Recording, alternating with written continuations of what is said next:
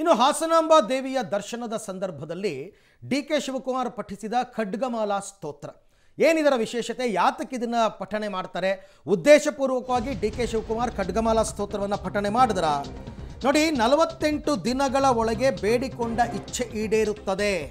ಯಾವುದು? ಖಡ್ಗಮಾಲಾ ಸ್ತೋತ್ರ ಪಠಣೆಯಿಂದ. ಖ್ಯಾತ ಜ್ಯೋತಿಷಿ ಡಾಕ್ಟರ್ ಶ್ರೀಧರ್ ಭಟ್ಟಾಚಾರ್ಯ ಅವರು ಈ ಹೇಳಿಕೆಯನ್ನು ಕೊಟ್ಟಿದ್ದಾರೆ. ಸರ್ವತ್ರ ಸಾಧನೆಗಾಗಿ ಖಡ್ಗ ಸ್ತೋತ್ರ ಪಠಣೆಯನ್ನು ಮಾಡಲಾಗುತ್ತೆ. ರಾಜರ ಕಾಲದಲ್ಲೂ ಈ ಸ್ತೋತ್ರ ಪಠಣೆಯನ್ನು ಮಾಡಲಾಗ್ತಾ ಇತ್ತು. ಶತ್ರು ಬಾಧೆ ನಿವಾರಣೆಗೆ ಖಡ್ಗಮಾಲಾ ಸ್ತೋತ್ರ ಪಠಣೆಯಾಗುತ್ತೆ ಅಂತ ಅಭಿಪ್ರಾಯಪಟ್ಟಿದ್ದಾರೆ. ಖಡ್ಗಮಾಲಾ ದೇವಿ ಅಂತ ಅಂದ್ಬಿಟ್ಟು ಖಡ್ಗಮಾಲಾ ದೇವಿಯ ಸ್ತೋತ್ರವನ್ನು ಅವರು ಹೇಳಿಕೊಂಡಿದ್ದಾರೆ. ಹಾಸನಾಂಬ ದರ್ಶನವನ್ನು ಪಡೆದಂಥ DCM ಡಿ.ಕೆ. ಶಿವಕುಮಾರ್ ಅವರು ಪಠಿಸಿದಂಥ ಒಂದು ಮಂತ್ರ ಬಹಳ ಚರ್ಚೆಗೆ ಕಾರಣ ಆಗ್ತಾ ಇದೆ.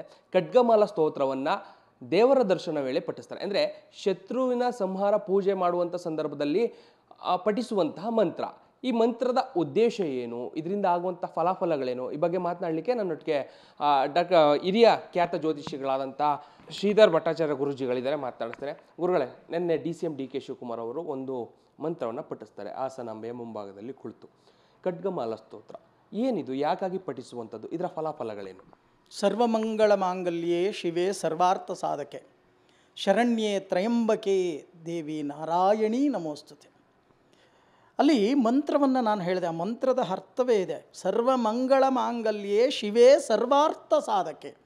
ಸರ್ವಾರ್ಥ ಸಾಧನೆಯನ್ನು ಮಾಡಲಿಕ್ಕೋಸ್ಕರ ಖಡ್ಗ ಸ್ತೋತ್ರವನ್ನು ಪಠನೆಯನ್ನು ಮಾಡ್ತಕ್ಕಂಥದ್ದು, ನಾರಾಯಣಿಗೆ ನಮಸ್ಕಾರವನ್ನು ಮಾಡ್ತಕ್ಕಂಥದ್ದು.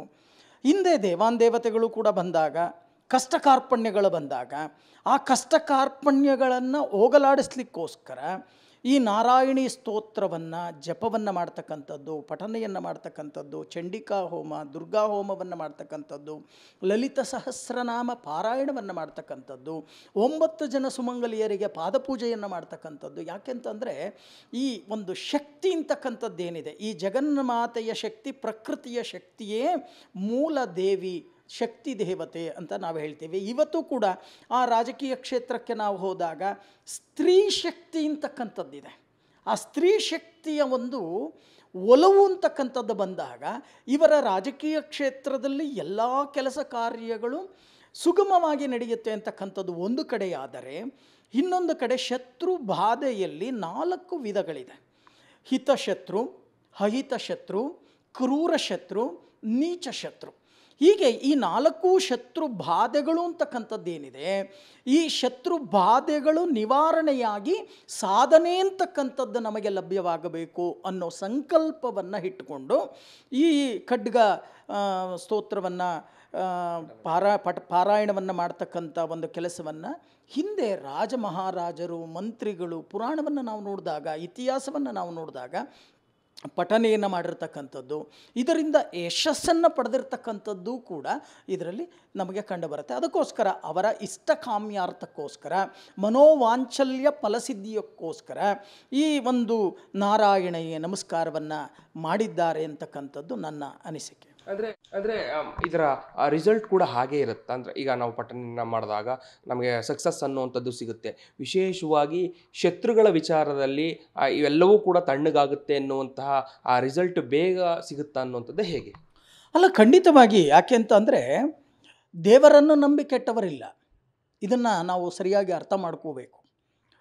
ಭಕ್ತಿಯಿಂದ, ಏಕಾಗ್ರತೆಯಿಂದ, ಶ್ರದ್ಧೆಯಿಂದ ಸಂಕಲ್ಪವನ್ನು ಮಾಡಿ ಪಾರಾಯಣವನ್ನು ಮಾಡಿದಾಗ, ಹೋಮ ಹವನಗಳನ್ನು ಮಾಡಿದಾಗ, ಪ್ರಾರ್ಥನೆಯನ್ನು ಮಾಡಿದಾಗ, ಜಪವನ್ನು ಮಾಡಿದಾಗ ಖಂಡಿತವಾಗಿ ಸಾಧನೆ ಅಂತಕ್ಕಂಥದ್ದು ಹಿಂದೆ ಎಲ್ಲ ಫಲಿತಾಂಶಗಳನ್ನು ತೊಗೊಂಡಿರ್ತಕ್ಕಂಥದ್ದು, ರಾಜ ಮಹಾರಾಜರುಗಳು ಫಲಿತಾಂಶಗಳನ್ನು ತೊಗೊಂಡಿರ್ತಕ್ಕಂಥದ್ದನ್ನು ನಾವು ಗಮನದಲ್ಲಿ ಇಟ್ಟುಕೊಂಡಾಗ ಖಂಡಿತ ಅವರು ಶ್ರದ್ಧಾ, ಭಕ್ತಿ, ಏಕಾಗ್ರತೆಯಿಂದ ಅವರು ಮಾಡಿರೋದ್ರಿಂದ ಅವರ ಮನೋವಾಂಚಲ್ಯ ಫಲಸಿದ್ಧಿಯಾಗತ್ತೆ, ಶತ್ರು ಬಾಧೆ ನಿವಾರಣೆಯಾಗತ್ತೆ, ಜಯ ಅಂತಕ್ಕಂಥದ್ದು ಅವರಿಗೆ ಪ್ರಾಪ್ತಿಯಾಗತ್ತೆ ಅಂತಕ್ಕಂಥದ್ದೇ ಈ ಒಂದು ಮಂತ್ರದ ಅರ್ಥ, ಜೊತೆಗೆ ಅವರು ಮಾಡಿರ್ತಕ್ಕಂಥ ಉದ್ದೇಶ.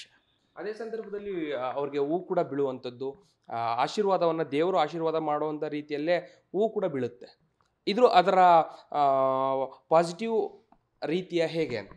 ಅಲ್ಲ, ಖಂಡಿತವಾಗಿ ಇವತ್ತು ಹಳ್ಳಿಗಾಡಿನ ಪ್ರದೇಶ ಉದಾಹರಣೆಗೆ ನಾನು ತೊಗೊಂಡಾಗ ಗ್ರಾಮೀಣ ಪ್ರದೇಶದಲ್ಲಿ ಪಾಪ ಒಬ್ಬ ರೈತ ಒಂದು ಬೋರ್ ಹಾಕಬೇಕು ಅಂದರೆ ಯಾವುದೋ ಒಂದು ದೇವರಿಗೆ ಹೋಗಿ ಹೂ ಕೇಳ್ತಾನೆ. ಬಲಗಡೆ ಪ್ರಸಾದವನ್ನು ಕೊಟ್ಟರೆ ಇದುವರೆಗೂ ಫೇಲ್ ಆಗಿರ್ತಕ್ಕಂಥದ್ದು ಯಾವುದೂ ಇಲ್ಲ ದೇವಾಲಯಗಳಲ್ಲಿ. ಅದಕ್ಕೆ ದೇವರನ್ನು ನಂಬಿ ಕೆಟ್ಟವರಿಲ್ಲ. ಬಲಗಡೆ ಪ್ರಸಾದ ಆಗಿದೆ ಅಂತ ಅಂದರೆ ಮುಂದೆ ಉನ್ನತ ಸ್ಥಾನಮಾನದ ಅನುಕೂಲಗಳು, ಅವರ ಮನೋವಾಂಚಲ್ಯಗಳು ಖಂಡಿತವಾಗಿ ಫಲಸಿದ್ಧಿಯಾಗತ್ತೆ ಅಂತಕ್ಕಂಥದ್ದೇ ಆಗಮದಲ್ಲಿ ಬರ್ತಕ್ಕಂಥದ್ದು. ಬಲಭಾಗದಲ್ಲಿ ಪ್ರಸಾದವಾದಾಗ ಆ ಒಂದು ಯಾವುದೇ ಒಂದು ದೇವಾಲಯದಲ್ಲಿ ವಿಗ್ರಹದಲ್ಲಿ, ಯಾಕೆಂತಂದರೆ ನಮ್ಮದು ಸನಾತನ ಧರ್ಮದಲ್ಲಿ ವಿಗ್ರಹ ಆರಾಧನೆ ಅಂತಕ್ಕಂಥದ್ದೇ ಇರ್ತಕ್ಕಂಥದ್ದು. ಹಾಗಾಗಿ ಬಲಭಾಗದಲ್ಲಿ ಪ್ರಸಾದ, ಅದು 2 ಬಾರಿ. ಅಂದರೆ ಆ ತ್ರಿಶಕ್ತಿ ದೇವತೆ ಆಸನಾಂಬಾದೇವಿ ಹೇಳಿದಾಳೆ, ನಮಗನಿಸುತ್ತೆ ಮಗ ನಾನಿದ್ದೇನೆ, ನಾನು ನಿನ್ನನ್ನು ನೋಡ್ಕೋತೀನಿ ಅನ್ನೋ ಒಂದು ಕುರುಹನ್ನು ಸೂಚನೆಯನ್ನು ಕೊಟ್ಟಿದ್ದಾಳೆ ಅಂತಕ್ಕಂಥದ್ದು ಇದರಲ್ಲಿ ಸ್ಪಷ್ಟವಾಗಿ ನಾವು ಹೇಳಬೇಕಾಗತ್ತೆ. ಥ್ಯಾಂಕ್ ಯು ಗುರುಗಳೇ. ಇದಿಷ್ಟು ನೆನ್ನೆಯ DCM DK ಶಿವಕುಮಾರ್ ಅವರು ಹಾಸನಾಂಬೆ ಮುಂದೆ ಪಠಿಸಿದಂತಹ ಸ್ತೋತ್ರದ ಬಗೆಗಿನ ಕಂಪ್ಲೀಟ್ ಆದಂತಹ ಮಾಹಿತಿ. ಕ್ಯಾಮ್ರಾ ಪರ್ಸನ್ ಸುಹಾಸ್ ಜೊತೆ ರಾಘು ಮರಿಸ್ವಾಮಿ, ಪಬ್ಲಿಕ್ ಟಿವಿ.